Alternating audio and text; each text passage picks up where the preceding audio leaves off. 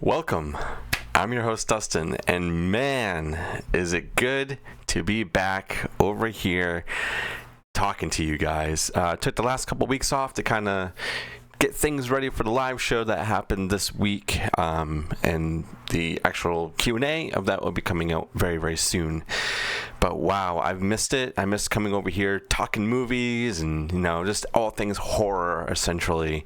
I feel like I've been kind of off the radar everywhere because of everything I've been trying to do and prep for, and other things happening that I'm really excited to start announcing and talking about within the next week.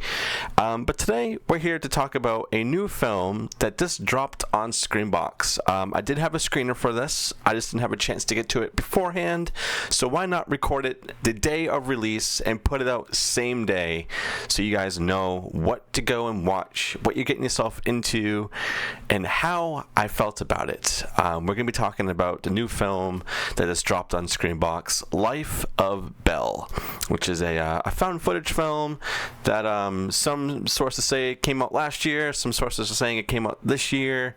It's set in 2018, and I had some mixed feelings about this, but after the conclusion of the film happened and I saw all the actors that are in here, made me really enjoy this a little bit more, and I'm gonna go and rewatch it again probably in a couple of days, let it kind of settle in my brain and see how I'm feeling, see if I'm thinking about it later on in the day. But before we start diving into how I feel about it, let's go and look at the synopsis. So as I said, this movie is Life of Belle. It says, in 2018, Annabelle Charnas went missing. York County Police released surveillance footage of the home in hopes of new leads.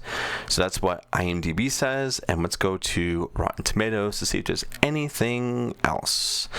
On Rotten Tomatoes, it says 8-year-old Annabelle Charnas is missing, and there are no leads as to where she might be. As I said before, this is a found footage film. It's really through the lens of children. So it starts out with the father of the family giving Belle a camera because she wants to make content. She wants to become a content creator at a very, very young age and just kind of have fun with it. And we've kind of seen this story before of found footage, seeing it through the eyes of children. Maybe there's some kind of weird thing happening in the family or some supernatural aspects. I think we've seen it a lot with the paranormal activity films, especially I think the third one is when we honed in on the younger girls. So this one, kind of plays with that a little bit. It makes it feel sort of familiar, but also trying to make it its own thing. And there are moments where it falls kind of flat for me, I will admit. So I docked a few points off of that while watching it, being like, oh, okay, so this just feels kind of, it either felt forced or the writing was a little But like I said, once I found out who was actually in this film, it made me enjoy it a lot more. So pretty much the whole family is actually a real family in real life. So they wrote it to the director and writer is Sean Robinson, who plays the father. Then we actually, no, I lied. Matthew Robinson is the father.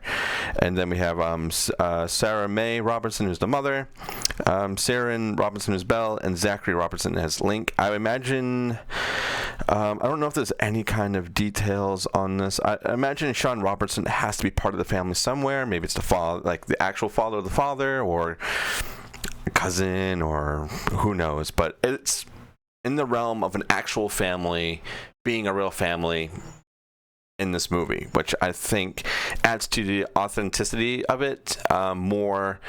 As I was watching it towards the end and realizing they went there and this is a real family doing these to this fictional family that's actually them, kind of was like, I don't know if I could do that. Because like I said, this is through the eyes of children, brother and sister. And as everybody knows, I'm a father of a 6-year-old, and me thinking of this and putting myself in the shoes and being the father or whatever, I'm going away for a trip, which is what he does in this film, and then come back and see things not right at all, because the mother is portrayed essentially as schizophrenic, really. So it does kind of tie into mental health issues and stuff like that. You see the mom kind of deteriorate as the movie goes on, and she takes pills, and then she starts to throw them all out because they're quote unquote bad or poison, and she starts doing that with all these other things in the house, and then she starts to play these games with the kids of close your eyes, don't open your eyes, it doesn't matter what you hear, don't do that, blah blah blah, make sure you guys are holding hands. If you do this, then they won't come and get you. It's always like, they're not gonna hurt you if I do this, like in her mind. Or like even said earlier in the film, the father and the family were around a campfire, and he was telling the story of when he was younger and he had a girl who was across the street, who then you kind of realize that girl was now the mom, and saying that this person across the street would see things and he wouldn't see things, and then she would consistently say, well, they're in the corner of my eye, I just can't look at them. So that what's happening in this film really dates back all the way from when they were kids, so it's really creepy. Before I dive into anything else, I do want to get the ratings out for IMDb and Rotten Tomatoes, and we have on IMDb it's a 5.3 out of 10 with 262 reviews. That's a lot of reviews already for a film that essentially just came out. On Rotten Tomatoes, it says it came out in 2023, and then IMDb says 2024. I'm going to go with 2024 since this has landed on Screenbox. If this did come out in an earlier date, let me know, because I'm really curious to see how long this has actually been around.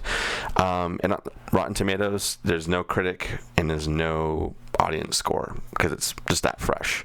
The runtime is 1 hour and 12, so if you're looking for a very short film, below the 90-minute mark, this is for you, especially if you love found footage films, because I think ever since after COVID, or even like during COVID, the one thing that a lot of people were focusing on was found footage, because everybody was isolated and it was easy to do. You could do things in your house without having to go out and do a lot of things, like take the movie Host, for example. That's all through the lens of Zoom and online. And what they did for that was incredible. And this kind of ties into that, I would say, because this is all essentially them in a house. They don't really travel anywhere other than going to a playground once or being in the neighborhood once. Everything else is super isolated. So I wonder if this was actually shot during COVID, or if it was actually 2018. Who knows? But the setting of this is enjoyable. I like it. Very minimal. There's maybe like I want to say 4 or 5 like house cameras, and then the main camera that BELLE uses. And one critique I have to point out is you have this 8-year-old holding a camera who's never held a camera before, and all the shots are perfect.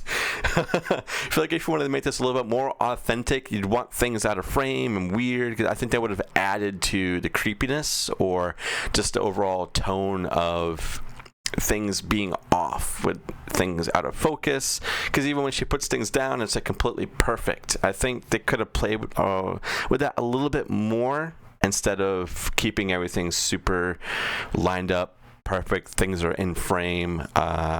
That's just my own little critique, and I had to take a couple points off for that, as well as some of the writing. I had to kind of take a couple points off for that. But overall, this film was very enjoyable. The ending was an ending. I really wanted to like it and be like, okay, so this reveal is awesome, because you got a little bit of glimpses as to like what these things are, like once or twice in the film. They're just essentially shadows, and you kind of move things, but you really have to be paying attention. So this is why I want to go back and rewatch it after let this settle and me think about it a little bit more to see if I can pick out any other little things that are going on, because there was really only one or two key moments that I saw a shadow and something kind of fall or move slightly throughout the hour and 12-minute film that I just watched. Any other sections I want to highlight? I think I want to highlight Link, the boy, a little bit. I think he did an amazing job for him being very, very young. I would say he's about 5 or 6, like the same age as my son, and for how he's acting is pretty spot on as to how my son is acting. Belle, I feel like for her being 8, I think she's a little like really mature in this and how she handles things and does things, but not too far off from what I think an 8-year-old would actually act like. The mom, I think some of the acting with her and her dialogue was a little rough around the edges, or a little too forced on, and like, okay, I get it, I get this is happening. I think just toning down some of the energy that she had, or I don't know, there was just something about a few of the moments in this film that I felt like this could have been maybe reshot in a little bit more. But I understand they're trying to be, very almost real life in a way of how you would act. But then again, I don't know if you would really be acting this type of way in real life, because these events that happen don't really happen this way. But like I said, it is kind of playing along with like the schizophrenia part of it. So who knows? Maybe there are parts in here that are true.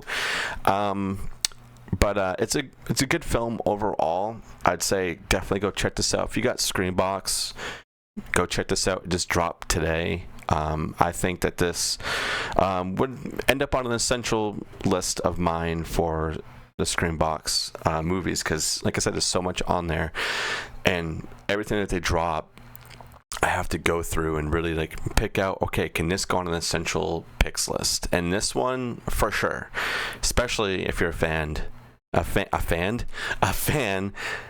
found footage. I love found footage, and there's been some really, really good ones. Like Frogman is one a lot of people have been talking about lately, and yes, I agree.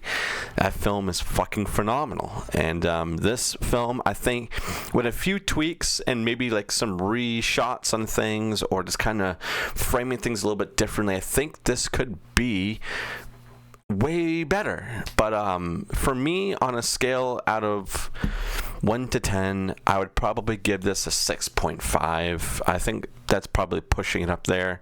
I'd probably land at a 6 really, but I'm giving it that 0.5 because after seeing that an actual family did this, they made this, they put it out there, and the events that happen in this film, for it to be an actual family doing that, I think they handled it very, very well. I don't know how many talks they had to have within themselves and be like, hey, this is just a movie. What we're doing here, it's not happening in real life. We're just acting. I don't feel this way towards you. Like, there had to have been a lot of conversations about some of the things that happen. I want to talk about it, but I don't want to spoil anything for you guys. Just go watch this film, and when you see the ending, you're going to realize and be like, wow, I don't even know if I could do that. Maybe if you really hated some of your family members, maybe. But I don't think that the people in here hated each other. I would hope they don't. But like I said, 6.5 out of 10, slightly above average. Out of all the found footage films out there, this one is just right above average. Go check it out. It is on Screenbox right now. Thank you guys so much for listening to this review. I am so happy to be back. And like I said, there's some things I'm working in the back that I'm really amped to start sharing with each other, and some cool announcements for anybody local. I'm going to be popping up at a few events that I'm going to be so stoked to be at. I really, really am. Oh man, it's a great year for horror, a great year for the show, and I thank you guys so much for tuning in every time I put out an episode. It means a lot to me. This is just a little fun project I'm doing, and thank you Screenbox for always, reaching out and be like, here's a screener, if you want to review it, you can review it. And this year I'm being really picky, but I need to make sure I'm putting these out on time going forward. Thank you guys. Go enjoy your day. Go check this out. By the end of today, let's get this on the top 5 list on Screenbox. I'll see you guys on the next one.